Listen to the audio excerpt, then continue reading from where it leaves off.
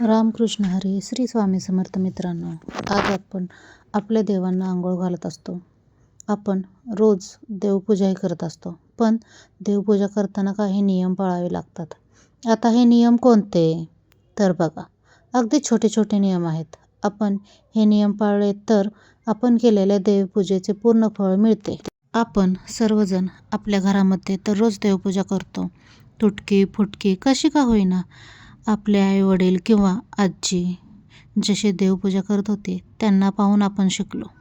आणि आपण असंही म्हणतो, देवपूजा न करण्यापेक्षा जमेल तशी पूजा केली ना तरी ती बरी आहे.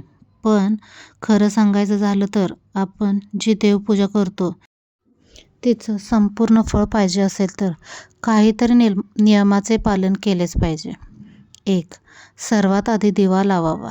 देवपूजा करताना सर्वात आधी दिवा प्रज्वलित करायचा आहे. आपण काय करतो, संपूर्ण पूजा करून शेवटी दिवा अगरबत्ती धूप लावतो, पण असं करू नका. कोणतीही पूजा अग्नीच्या साक्षीने करायची असते. त्यामुळे सर्वात आधी दिवा लावावा आणि मग पूजा सुरू करा. जर तुम्हाला तेलाचा दिवा लावता येत असेल तर तो देवाच्या डाव्या बाजूला आणि तुपाचा दिवा लावत असाल तर तो देवाच्या उजव्या बाजूला ठेवावा. दिवा कधीही थेट जमिनीवर ठेवू नका. खाली एक छोटी प्लेट ठेवा. त्यात थोडे मीठ, त्यात थोडे तांदूळ ठेवा आणि मग दिवा ठेवा. 2. आसन घेऊनच पूजा करा. देवपूजा करताना कधीही थेट जमिनीवर बसू नका. एक वेगळं आसन ठेवा आणि त्यावर बसून पूजा करा. जागेअभावी उभं राहून पूजा करावी लागत असेल तर पायाखाली आसन घ्या. 3. देवांना आंघोळ कशी घालावी. देवांना कधीही एकत्र पाण्यात बुडवून आंघोळ घालू नका. एकाच भांड्यात सर्व मूर्ती ठेवून पाणी ओतू नका. योग्य पद्धत: एक मूर्ती हातात घ्या. डाव्या हातात मूर्ती, उजव्या हाताने पाणी घाला. स्वतंत्रपणे स्वच्छ धुवा. गणपती बाप्पांना प्रथम आंघोळ घाला. जसं आपण सर्वजण एकाच बादलीत आंघोळ करत नाही तसंच देवांनाही एकत्र आंघोळ घालू नये. 4. देवांना घातलेलं पाणी कुठे टाकायचं. देवांना आंघोळ घातलेलं पाणी तुळशीला कधीही घालू नका. तुळशी माता ही स्वतंत्र देवी आहे. हे पाणी मोठ्या झाडाच्या बुडाशी, कुंडीत, बागेत, रस्त्यावर, वॉशबेसिनमध्ये किंवा पायदळी पडेल अशा कधीही ठिकाणी ओतू नका. 5. देवपूजेचे पाणी कसे घ्यावे. आंघोळ केल्यानंतरच देवासाठी पाणी भरावे. बिना आंघोळीचे पाणी वापरू नका.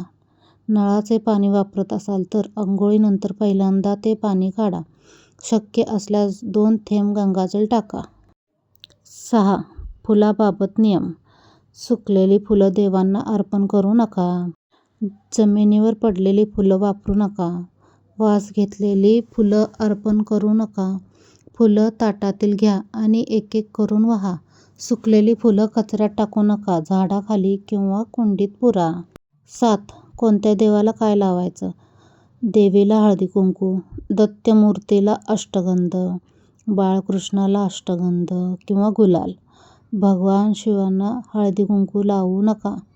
फक्त भस्म किंवा चंदन लावा. विठ्ठलाला अष्टगंध, रुक्मिणीला हळद कुंकू. स्वामी समर्थांना हळद कुंकू लावू नका. 8. धूप अगरबत्तीची राख कचऱ्यात टाकू नका. ती झाडांच्या कुंडीत टाका.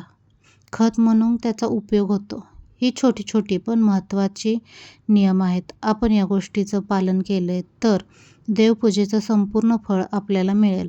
जर तुम्हालाही परमेश्वराची खूप कृपा, आशीर्वाद तुमच्यावर राहो असं वाटत असेल तर या पोस्टला एक लाईक करा आणि रुही भेसाळ या चॅनलवर नवीन असाल तर सबस्क्राईब करा. कमेंटमध्ये नक्की लिहा श्री स्वामी समर्थ. ही माहिती पूर्णपणे मजकूर शेवटपर्यंत वाचल्याबद्दल मनापासून धन्यवाद. श्री स्वामी समर्थ.